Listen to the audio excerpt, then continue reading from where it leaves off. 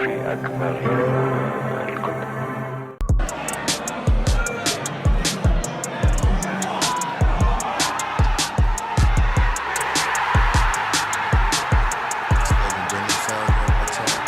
I'm up early in the morning to get the skrilla, blue face pillar, the blade dealer, make a nigga forfeit, cause I'm the realest. Hey, niggas talking short shit, I need a million. Big stepper, yeah, bitch I be steppin'.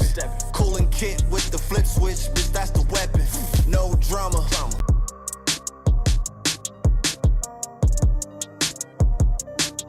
Welcome to New York Giants Full Access. This legend bring them sounds at one time. I'm Art, and we got you. And that's it, man. Go purchase Big Pat Sports Talk merch and support the family, man. And welcome to Big Pat Sports Talk. Thank you for your support. What's going on YouTube, Instagram, Twitter, all platforms? Welcome to another episode of New York Giants Full Access with your boy Big Pat Sports Talk. And today's episode is featured with Mr. Darius Slayton. There's been a report by the New Jersey Chronicle that Darius Slayton told the New York Giants, if I'm not featured more in this offense, then trade me or cut me. So that's pretty interesting, because a lot of Giants fans are gonna say during this video that this guy doesn't deserve to say anything like this, but I think this has some merit for Mr. Darius Slayton. Darius Slayton has been basically our number one receiver since he came here as a rookie. He had a very good rookie season, and he's been a consistent 750 yards a season, between 700 and 750 yards a season. And considering the circumstances, I think that's a pretty good feat, because our offenses have been very, very pedestrian at best. And this whole Jalen Hyatt thing, I believe he sees that. He's a veteran. He knows how the game goes. He knows how the NFL works. The new guy, he comes in, he takes your job, and they move on from you. So he's in a contract year, so they weren't going to extend his contract. So that's basically telling you that more than likely your replacement's already here. So I do believe he does have the right to say, hey, look, if I'm not featured more, trade me or cut me. I can go somewhere else and produce. I mean, that's basically what he's saying, and I think he has some merit, man. It says New York Giants receiver Darius Slayton says he was willing to leave the team if he wasn't going to be a focal point of the offense this season. So this report is about the New Jersey advanced media for NewJersey.com by Manny Gomez, whoever that is. And it says Giants wide receiver Darius Slayton is doing his best impression of the hold me back routine. And what he means by that is they're pulling his reps to give Jalen Hyatt more reps. That's the only receiver I can see they will pull his reps for. And he already knows they drafted Malik Neighbors. So, like I said earlier in one of my earlier videos, you can check it out, the phase out can be on the way. I mean, that's just how the NFL works, out with the old and with the new.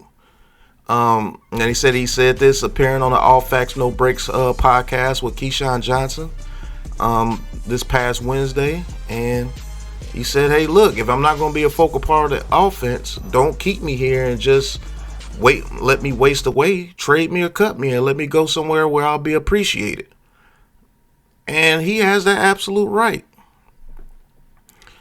But they said this, of course, isn't in Slayton's power as he is still under contract. Slayton ended the final year of a 2-year, $12 million deal that he signed with the Giants in 2023. This is a quote and what he says. He says, to make a long story short, obviously I'm under contract, so I can't get out of here unless they trade or cut me, which they're not going to cut me, Slayton said. So when they didn't opt to trade me in the spring, I like to play. So when mandatory minicamp came around and guys were practicing, I play football. I love to play the game. He says, so I was ready to get back on the field, ready to go compete. So whatever incentives they threw in there, we settled on it and kept it pushing. And we'll see how the year goes. Slayton, they're saying Slayton has arguably been the best Giants receiver since he was drafted in the 5th round, 171 overall in 2019, which I already said in the beginning of this video. In 5 seasons since then, he has led the team in receiving yards 4 times. Last season, he was targeted 79 times, completing 50 receptions for 770 yards, a career high, and 4 touchdowns. This, Slayton believes, isn't enough. That is very true.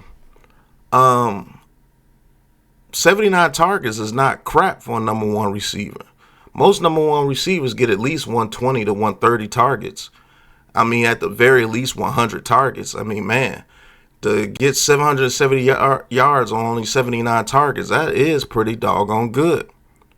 So is Slayton's production based on not getting enough targets? When you look at the actual stats, it really is. If you've been targeted 79 times, you get 770 yards, that's pretty doggone good. And you can sit here and say all the crap that you want to say about him, but that's pretty doggone good. 79 targets for a number 1 receiver, that's not going to cut it. But on the other hand, we did just draft Malik Neighbors, so I can't see his targets going up tremendously. So, yeah, he is going to be very frustrated, but I believe if he gets 80 targets, I think he could get 1,000 yards.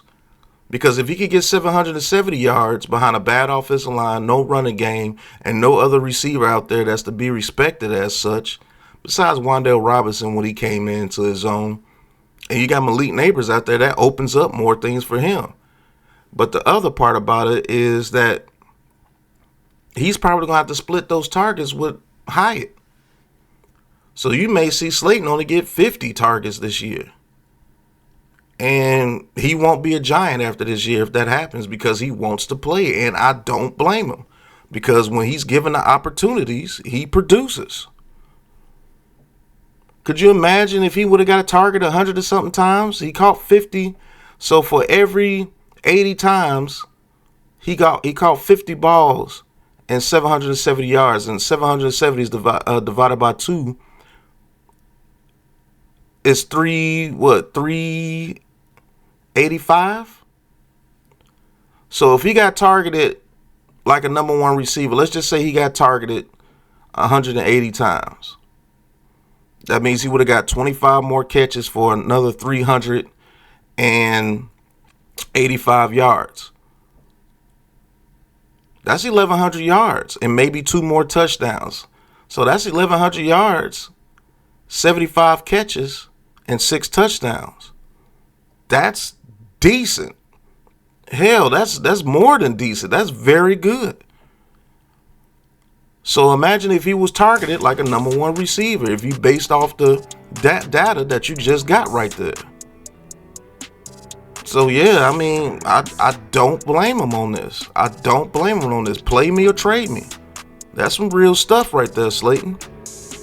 He says, I don't play football. This is a quote from Slayton. He says, I don't play football to just play. Slayton says, I want a chance to show that I'm amongst the best in the game. But the reality of being a receiver is if you don't get the opportunities to do so, you're not going to have the production. And that's an absolute fact. He says, for instance, last year I had 79 targets. There's never in the history of football been a 1,000-yard receiver on less than 80 targets. Especially nowadays where guys are going for 1,600 to 1,700 yards. If you want to play at that pace, you need the ball. That's an absolute fact. That's an absolute fact, man.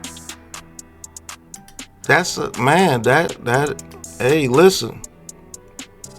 Whether you think that this man has the clout to come out and say this or not, facts are facts. He said there's never been a 1,000-yard receiver under 80 targets. And he has 79. And I just showed you the stats. If you give him just 40 more targets and let him go up to 120. and he gets another 25 catches for 385 yards, because that's the pace that he was on. Because half of 79, basically you could say 40. So if he got half more of the production that he did, he would have had over 1,100 yards, maybe 6 touchdowns, and 75 catches. That's pretty doggone good, man.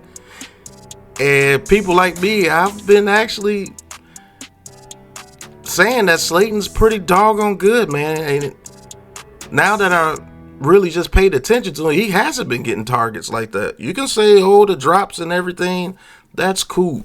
Is he one of those receivers that can dominate your team? No, but I told people that dude can be an awesome number 2 receiver. An awesome number 2 receiver. So let's just say he continues to get, let's just say a lot of number 2s get between 85 to 88 targets. And unfortunately for Slayton, he's not going to get in the 100 target range. Not if Malik Neighbors is featured, how I do believe he will be featured. And then you got people like Wan'Dale Robinson who's going to get his targets. You got to get Hyatt targets. So I'm not saying that he's going to get 100 targets and go for 1,400 yards or anything like that. I don't even know if he's going to be the primary number 2 receiver on his team past like week 3 to 4. That may go to Hyatt. They may start giving the ball to Hyatt more. But I do know if he's actually on a team with a number 1 receiver and he's the legit number 2, that dude will produce every year. I know he can. He has talent. He just doesn't have the alpha number 1 receiver talent to be one of the top dogs in the league. But he can be with the Calvin Ridleys. He can be with the Christian Kirks. He can be with those guys and be $20 million a year if he actually got the chance to, and he actually got the targets. I would take him over Jerry Jeudy. I'll tell you that. So maybe this season he could get like 60 to 70 targets again, but he may be able to reach 1,000 yards because his yards per target may go up. He might get a lot of deep passes this year, especially if the offensive line blocks. But I do understand his sentiment, and I actually totally agree with him. I believe he's earned that right to say that. I've been your number 1 receiver for 5 years, and I've never really gotten the targets that I should get.